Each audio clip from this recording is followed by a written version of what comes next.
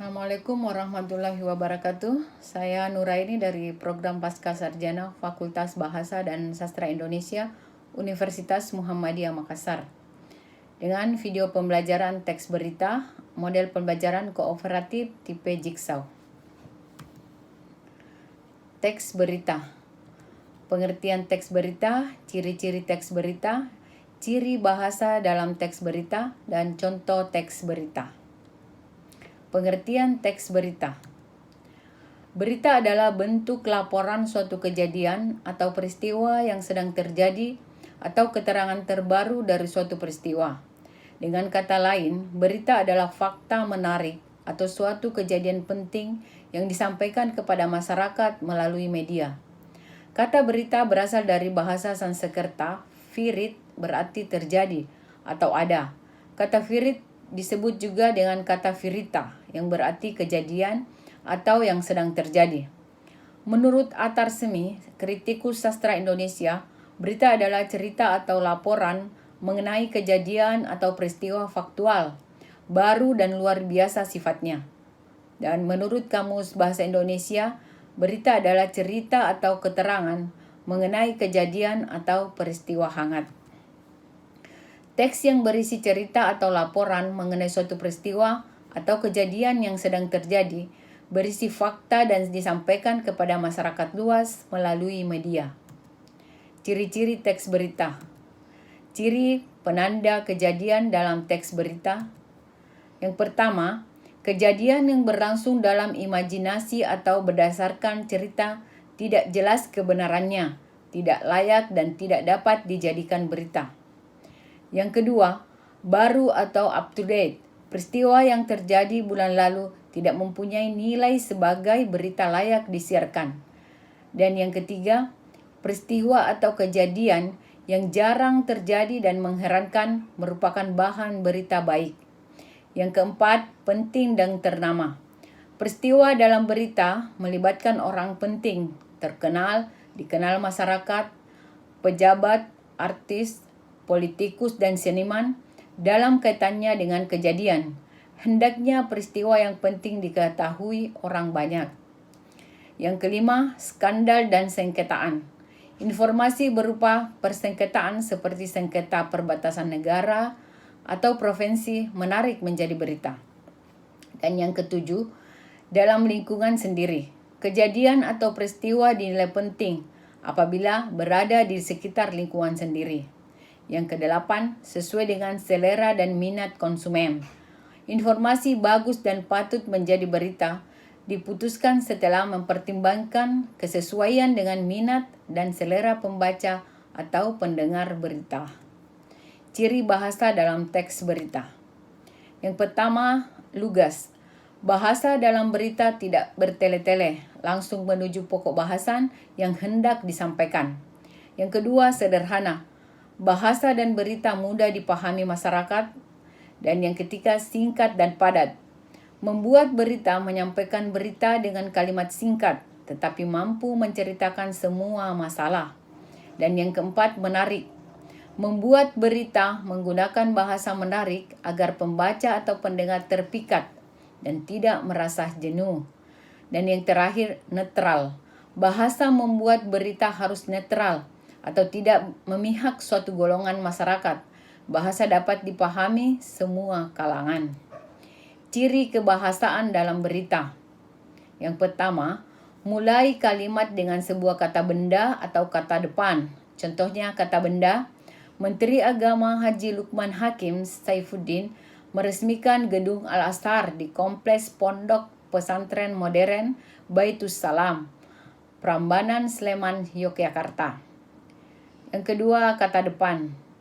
Pada hari Rabu 3 Desember 2014, Menteri Pendidikan dan Kebudayaan Anies Baswedan memberikan penghargaan kepada PT Intan Pariwara sebagai media cetak yang berperan serta dalam membudayakan pendidikan inklusif di Indonesia.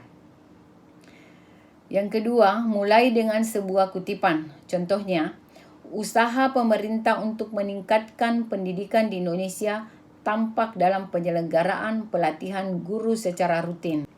3. Mulai dengan sebuah kutipan, contohnya, Jika terbukti melakukan pungutan, pelakunya akan diperiksa inspektorat dan aparat penegak hukum, kata Bupati Mesuji Khamamik di ruang Kepala Bidang Pendidikan Dasar Dinas Pendidikan Kabupaten Mesuji.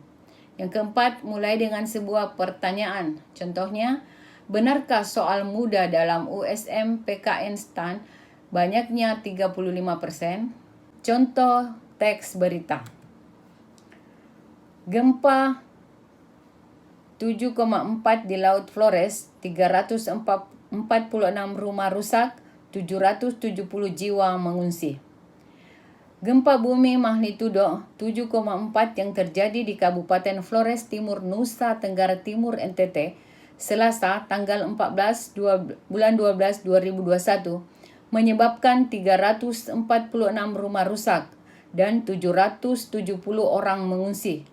Hal itu disampaikan Badan Nasional Penanggulangan Bencana atau BNPB berdasarkan data Selasa tanggal 14 bulan 12 2021 per pukul 22:15 waktu Indonesia Barat.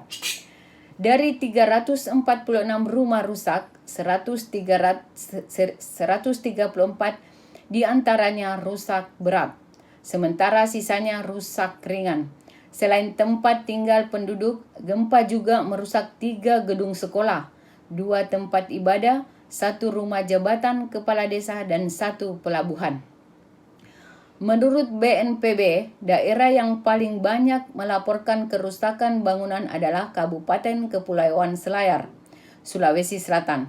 Sebanyak 770 orang mengungsi dilaporkan oleh BPBD Kabupaten Sika, NTT. Rinciannya, 320 orang mengungsi di kantor DPRD Kabupaten Sika, 150 orang di gedung SIK, dan 330 lainnya berdiam di aula rumah jabatan Bupati Sika. Sementara terkait korban jiwa, BNPB menyebut bahwa belum ada catatan tentang kematian akibat gempa tersebut. Namun, ada 7 orang terluka, yaitu 6 warga Kabupaten Selayar dan 1 warga Kabupaten Manggarai, NTT, menghimbau jangan panik, tetap waspada. Gempa bermagnitudo 7,4 di Flores Timur yang sempat membuat BMKG mengeluarkan peringatan tsunami berdampak ke 9 kabupaten di NTT, 3 kabupaten kota Sulawesi Selatan, dan 6 kabupaten Sulawesi Tenggara. 9 kabupaten di NTT, yaitu Kabupaten Flores Timur, Kabupaten Sika, Kabupaten Lambata, Kabupaten Manggarai, Kabupaten Nagekoe, Kabupaten Saburajua, Kabupaten Manggarai Barat, Kabupaten Ende, dan Kabupaten Ngada. Lalu di Sulawesi Selatan ada Kepulauan Selayar, Kabupaten Bulukumba, dan Kota Makassar. Terakhir di Sulawesi Tenggara dan Kabupaten Muna, Kabupaten Buton, Kabupaten Buton Utara, Kabupaten Bau-Bau, dan Kabupaten Buton Selatan, dan Kabupaten Wakatobi. Sampai Selasa tanggal 14 bulan 12 2021 malam, BMKG mencatat 120 kali gempa susulan dan beberapa kali magnitudo lebih dari 5, yaitu magnitudo 5,6 pada pukul 10.41 waktu Indonesia Barat, magnitudo 5,5 pada pukul 10.47 waktu Indonesia Barat, magnitudo 5,0 pada pukul 12.46, magnitudo 5,4 pada pukul 15.31 waktu Indonesia Barat, dan magnitudo 5,2 pada pukul 15.57 waktu Indonesia Barat. Terkait gempa tersebut, Kepala Pusat Data Informasi dan Komunikasi Kebencanaan BNPB, Abdul Muhari, menghimbau warga, khususnya di wilayah yang terdampak gempa, untuk tidak panik, tetap waspada. Masyarakat agar melihat kondisi rumah masing-masing. Jika terdapat kerusakan struktur seperti dinding retak, terbuka plafon, atap bergeser, dan tiang rumah rusak, sebaiknya jangan tinggal di rumah. Untuk sementara waktu, warga dapat mengungsi ke rumah kerabat, saudara, atau tempat evakuasi sementara yang didirikan instansi dan pemerintah setempat, katanya. Ini bersumber dari liputan 6com. Penjelasan, gempa magnitudo 7,4 terjadi di Kabupaten Flores Timur, Nusa Tenggara Timur, NTT. Pihak yang menyampaikan adalah Badan Nasional Penanggulangan Bencana BNPB, Kabupaten Sika, NTT. Gempa terjadi pada Selasa, tanggal 14 Desember 2021. Gempa terjadi di Kabupaten Flores Timur, Nusa Tenggara Timur. BMKG sempat mengeluarkan peringatan tsunami karena gempa bermagnitudo 7,4 di Flores Timur. Gempa menyebabkan 346 rumah rusak dan 770 orang mengungsi. Sekian, terima kasih. Kita ketemu lagi di video berikutnya. Assalamualaikum warahmatullahi wabarakatuh.